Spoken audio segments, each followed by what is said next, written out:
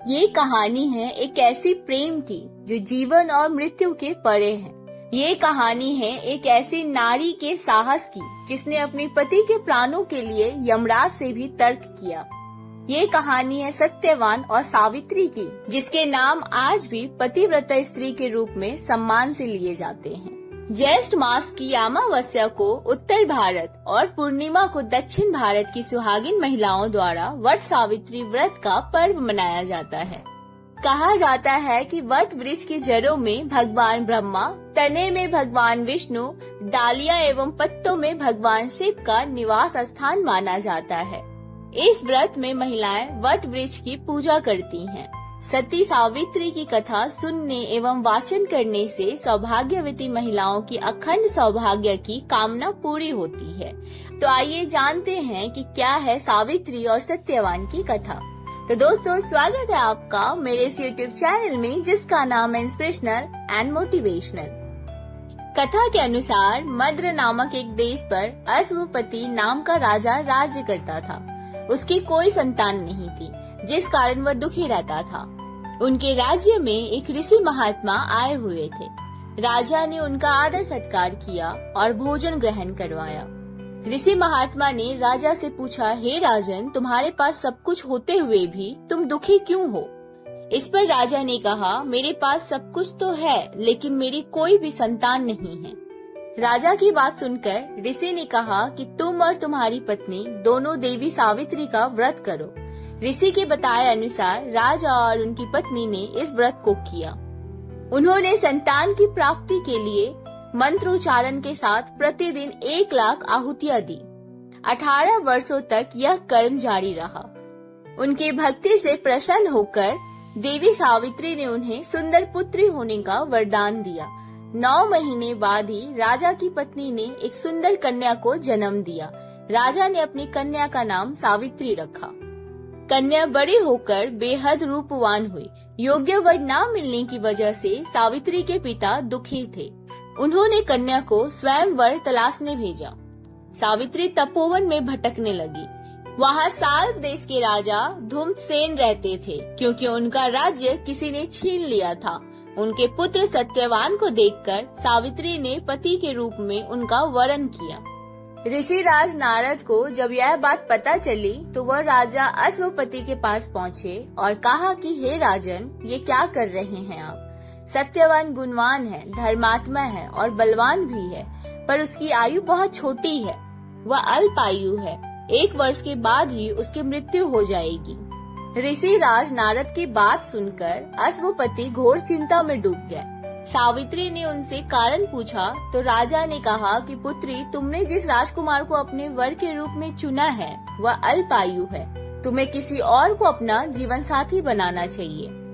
इस पर सावित्री ने कहा कि पिताजी, आर्य कन्याएं अपने पति को 1 बार ही वरण करती है। राजा 1 बार ही आज्ञा देता है और पंडित 1 बार ही प्रतिज्ञा करते हैं और कन्यादान भी 1 ही बार किया जाता है। सावित्री हट करने लगी और बोली, मैं सत्यवान से ही विवाह करूंगी। राजा अश्वपति ने सावित्री का विवाह सत्यवान से कर दिया।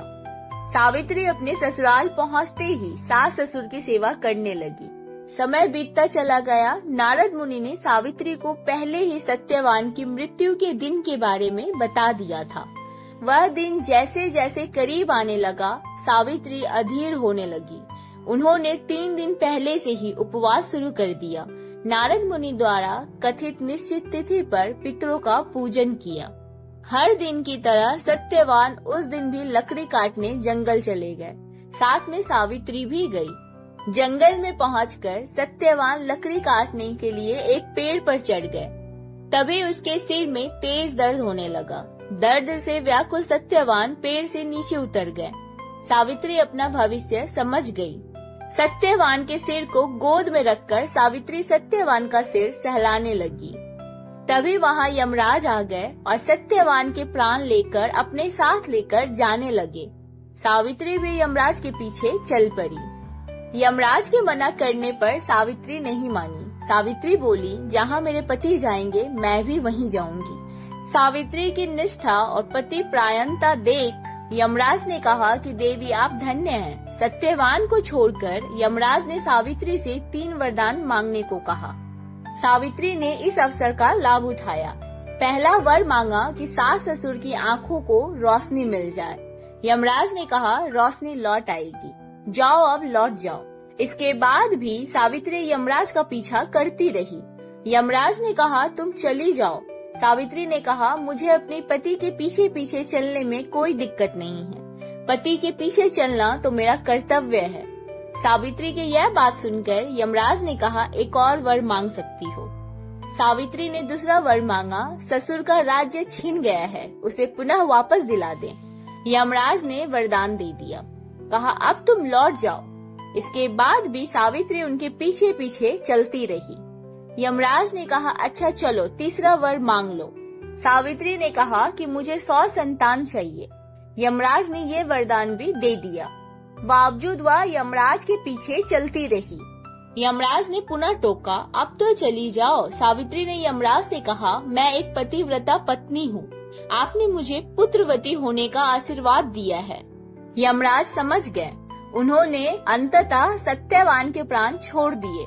यह सुनते ही सावित्री वट वृक्ष के पास गई, जहाँ सत्यवान का मृत शरीर पड़ा था। तो वहाँ सत्यवान को जीवित देखा। उसके सास ससुर की दिव्य ज्योति भी वापस आ गई और राज्य भी मिल गया। तब से ही वट सावित्री पर वट वृक्ष की पूजा करने और सत्यवान सावित्री की कथा सुनने का विधान है। इस व्रत को करने से वैवाहिक जीवन से जुड़ी सभी समस्याएं दूर हो जाती हैं, पारिवारिक जीवन सुखमय बनता है और संतान की प्राप्ति होती है। इसलिए सुहागिन महिलाएं हर साल ज्येष्ठ माह की अमावस्या के दिन पड़ने वाले वट सावित्री व्रत को पति की दीर्घायु के लिए करती हैं और यह कथा सुनती हैं। तो दोस्तों ये थी सत्यवान और सावित्री की कहानी। आपको ये जानकारी कैसी लगी मुझे कमेंट बॉक्स में लिख के बताइएगा। और जाते जाते एक छोटी सी रिक्वेस्ट है आप लोगों से कि मेरे चैनल को सब्सक्राइब कर लीजिए, इस वीडियो को ज्यादा से ज्यादा शेयर करिए और बहुत जल्दी मिलेंगे अगले एक नई वीडियो के साथ।